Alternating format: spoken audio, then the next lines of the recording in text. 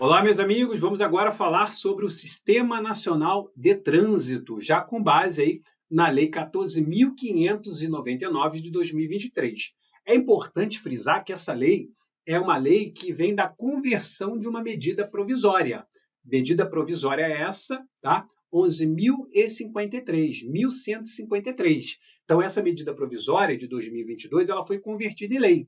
Mas somente isso? Não.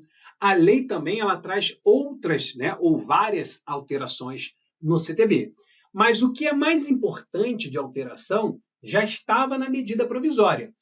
Aí as outras alterações, professor, não são importantes? Claro que são. Mas eu já adianto para você que muitas delas, né, várias alterações, quando o aluno pesquisa ali, é uma chuva de alterações pela Lei 14.599 de 2023. Mas já vou te alegrar, sabe por quê? Porque você vai lembrar que existe somente uma alteração em cada dispositivo daquele. Ou melhor, uma palavrinha em vários dispositivos que foram alterados, que é a palavra acidente. A palavra acidente ela foi trocada por sinistros. Então você vai perceber aqui nas competências, nas atribuições de alguns órgãos que compõem o Sistema Nacional de Trânsito, você vai perceber que ora eu vou falar, né, em vez de eu falar acidente, eu vou falar sinistro, porque não existe mais essa palavra em várias competências, em várias atribuições. Posso deparar com palavras sinistros, que substituiu também a palavra acidentes, né, no plural.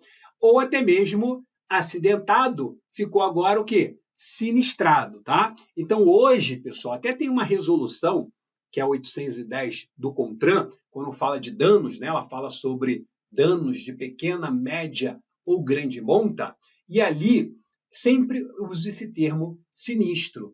Então, pessoal, veículo sinistrado, né? Hoje a expressão correta é essa, veículo sinistrado. É porque ele foi roubado? Pode até ser, mas não quer dizer que ele foi roubado. Às vezes ele pode ter tido um dano de pequena monta, ou grande monta, ou média monta, né?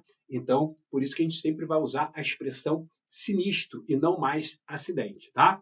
Beleza? Então, já deixo vocês tranquilos, porque muitas dessas alterações foi somente nessa palavra. Agora, tem algumas alterações, né, que você já deve ter estudado comigo também, a medida provisória 1153, se não estudou, já vai estudar direto aqui na lei 14.599. A gente vai ver todo o CTB, já ele atualizado aqui. Beleza, pessoal? Então, vamos lá, vamos aqui para a tela, vamos avançando. Vamos aí trabalhar essa parte do Sistema Nacional de Trânsito. Já deixo aqui para vocês, né, o meu Instagram, @prof.herculano, e lá no YouTube, com várias videoaulas lá, pessoal, gratuitas, professor Alexandre Herculano.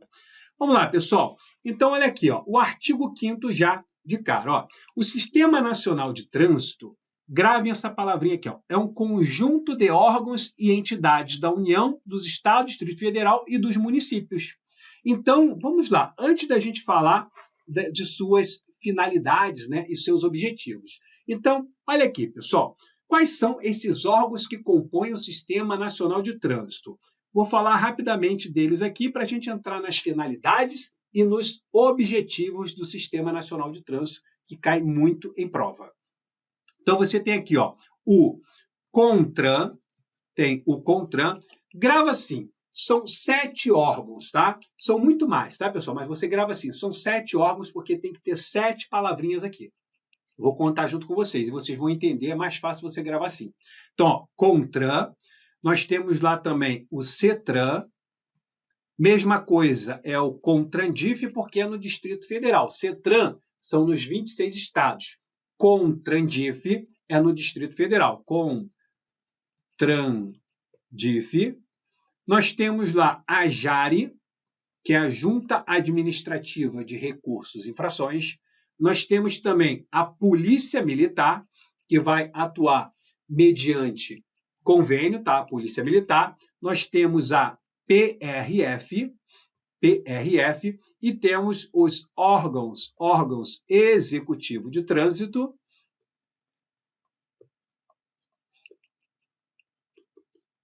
e nós temos os órgãos executivos rodoviários. rodoviários. Agora conta aí, ó. 1, 2, 3, 4, 5, 6, 7. Então, é uma forma de você gravar. Mas cuidado, por quê? Cuidado.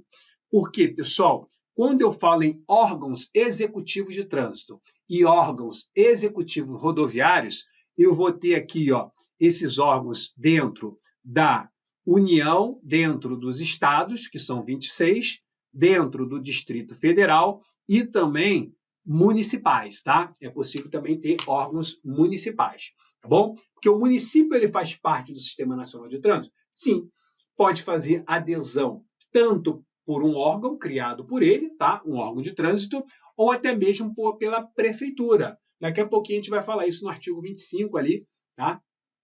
Vocês vão entender melhor, porque isso está dentro ainda do Sistema Nacional de Trânsito. Beleza? Então, olha só, pessoal. Esses órgãos aqui, eles possuem finalidades, né, de planejamento, né, de pesquisa, de operação viária, de reengenharia, de estudos. Então, esses órgãos, eles possuem essas finalidades. Ele tem essas atividades como finalidades, tá? Mas também, esses órgãos aqui, eles possuem objetivos básicos. E esses objetivos básicos, muitas vezes, é para tornar ali, fazer a integração desses órgãos para que eles possam se comunicar, né? Trazer ali um trânsito seguro, trazer ali, trabalhar as diretrizes da política nacional de trânsito. Então, são objetivos que fazem parte também do trabalho, né? Ou seja, do papel desses órgãos que compõem o Sistema Nacional de Trânsito. As atividades ali no artigo 5º, que eu já vou mostrar para vocês, e os objetivos básicos no artigo 6º. Mas antes da gente entrar nesses dois artigos, vamos entender um pouquinho de cada órgão para você não ficar perdido quando nós entrarmos nas competências. Olha só, o CONTRAN, falando um pouco do CONTRAN aqui. O CONTRAN, pessoal, ele é o Conselho Nacional de Trânsito, né? Então, esse CONTRAN, que é o Conselho Nacional de Trânsito, ele é um órgão normativo. Ele é o órgão máximo, né, normativo da União, porque é ele que vai regulamentar várias passagens no CTB, porque você vai se deparar assim, conforme regulamentação do CONTRAN. Vai ler um artigo lá, conforme regulamentação do CONTRAN. Então, aquele dispositivo depende de uma regulamentação para ter o quê? Aplicação, né? Para você poder aplicar aquele artigo, eu preciso que ele seja regulamentado. Então, pessoal, é o CONTRAN que regulamenta através de suas resoluções, que hoje praticamente a gente tem aí quase 1000 resoluções do CONTRAN. Mas não fica assustado que nem todas caem na sua prova. E muitas delas são pequenas alterações de outras resoluções, ou até mesmo muitas delas foram revogadas. Então você não vai ficar preocupado com isso, vai ficar estudando tranquilo. Então o CONTRAN também, né, como conselho, ele é o coordenador do Sistema Nacional de Trânsito. Olha, eu falei coordenador máximo? Não. Eu falei coordenador do Sistema Nacional de Trânsito, é o CONTRAN, porque o coordenador máximo, vocês vão ver, é um ministério que também faz parte do CONTRAN, tá? O ministro também compõe, mas é o ministério que é o coordenador máximo, né? Que eu já vou falar já sobre isso, que era o Ministério da Infraestrutura, né?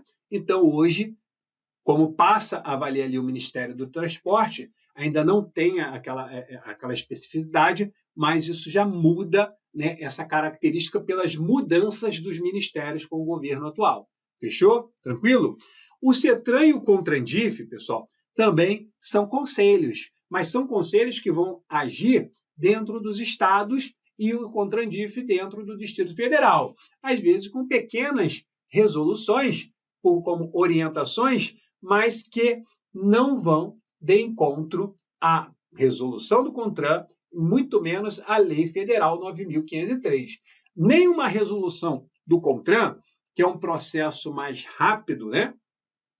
É uma norma, professor? É uma norma. Mas você concorda comigo que é um processo mais rápido? É, claro que é.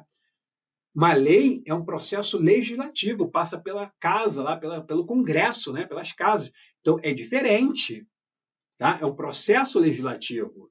Agora, uma resolução não. É um colegiado que vai decidir e, às vezes, pessoal, é uma deliberação do próprio presidente do CONTRAN por uma situação emergencial, que essa deliberação, vocês vão ver depois no artigo 12, ela tem que ser referendada. Porque se ela não for referendada em 120 dias, está lá nos parágrafos do artigo 12, ela perde a sua eficácia, mantendo o quê? Os efeitos dela durante os 120 dias de validade. A gente já vai falar isso, mas eu estou mostrando para vocês porque é muito mais rápido o processo de normatização. Então, ela não pode ir de encontro aí à Lei Federal 9.503, como também o Código de Trânsito não pode ir de encontro à Constituição Federal, tá? Não pode, senão é considerado o dispositivo que for ali de encontro à Constituição pode ser considerado inconstitucional. Então, vamos lá. Então, CETRAN e CONTRANDI são conselhos, tá? Ó, detalhe, o CETRAN e CONTRANDI, vocês vão ver que eles julgam até recursos em segunda instância. O CONTRAN não julga mais recursos em segunda instância. Até alguns anos atrás, ele julgava recursos em segunda instância de infrações, tá? Hoje não julga mais. Como as bancas fazem pegadinhas, se você estiver estudando com material antigo, vai errar. A JARE é a Junta Administrativa de Recursos e Infrações. Essa JARE aqui, pessoal, ela tem competências, né, para julgar recursos, tá? Artigo 17 são só 3 competências ali, bem fácil. Então, elas vão julgar recursos em primeira instância. Como assim em primeira instância, professor? Porque um auto de infração, se passar pela defesa prévia, porque você vai ver que tem a defesa prévia, né? E essa defesa prévia sendo indeferida, vira uma penalidade. E essa penalidade ela é aplicada por um órgão, porque o agente que autuou é agente da autoridade daquele órgão. Então, se ele autuou e virou uma penalidade, quem aplica a penalidade é o órgão. Então, você vai ter o direito também de entrar com recurso contra essa penalidade, né, de multa. E quem vai julgar esse recurso? É a JARE daquele órgão, que é a Junta Administrativa daquele órgão. Então, a PRF tem JARE? Tem. Órgão Municipal de Trânsito lá tem uma JARE? Tem. O DETRAN tem uma JARE? Tem. Porque é eles que vão julgar o seu recurso, tá? Em primeira instância. Em segunda instância, já é outra situação, que a gente vai explicar lá na parte de processo administrativo, do artigo 280 ao 290 do CTB. Seguindo, pessoal, Polícia Militar. Polícia Militar faz parte do Sistema Nacional de Trânsito, mas vai agir mediante o quê? Convênio, tá? Vai agir mediante convênio, a Polícia Militar.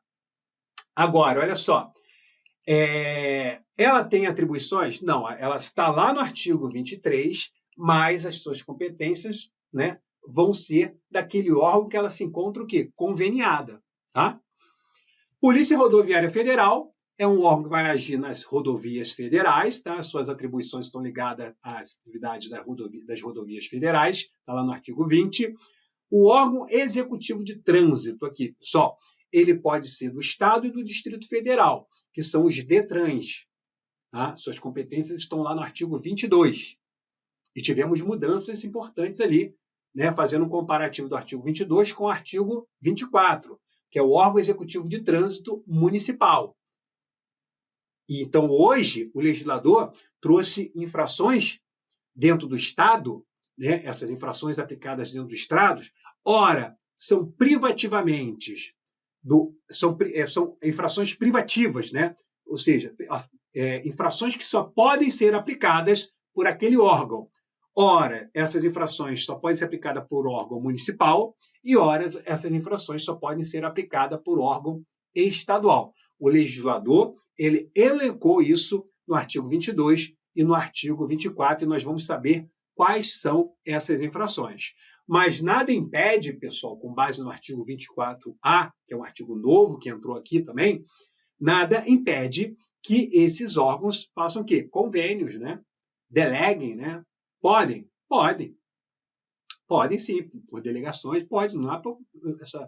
Mas, a princípio, são competências privativas. Porque, por exemplo, no estado do Rio de Janeiro, eu tenho o município do Rio de Janeiro e tenho o estado ali com seus agentes de trânsito, não tem? Mas tem os agentes de trânsito também do município. Então, imagina um estacionamento irregular, um agente do Detran vai poder autuar? Não vai. Porque vocês vão ver que é uma competência privativa de quem? Do município. Tá? Em regra, não pode. Tá bom, pessoal? Mesma coisa parada, né? Lá do artigo 182. Fiscalizar pesos e dimensões dentro da área urbana. O agente do Detran não vai fiscalizar. Quem vai fiscalizar é o município. Então, no Rio de Janeiro, como em outros estados, tem vários municípios. Então, em cada município, quem fiscaliza é o seu agente de trânsito. Ou por um agente próprio, ou pela própria guarda municipal, né, que exerce essa atividade, muitas vezes, ou às vezes até mesmo pela polícia militar. Pode ser? Pode, desde que tenha o quê? Convênio. Porque a polícia militar, ela atua mediante convênio não só com o Estado, com esses órgãos que compõem o Sistema Nacional de Trânsito. Pode conveniar. Tranquilo? A gente vai avançando aos poucos, tá? Para vocês entenderem e não ficarem perdidos.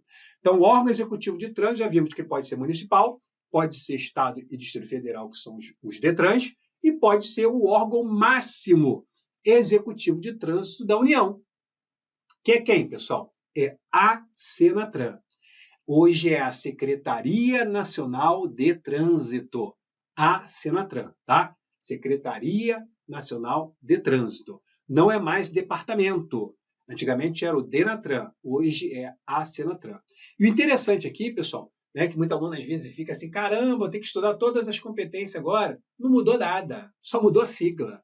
As competências do órgão executivo de trânsito da União, que é considerado o órgão máximo executivo de trânsito da União, né, estão lá no artigo 19.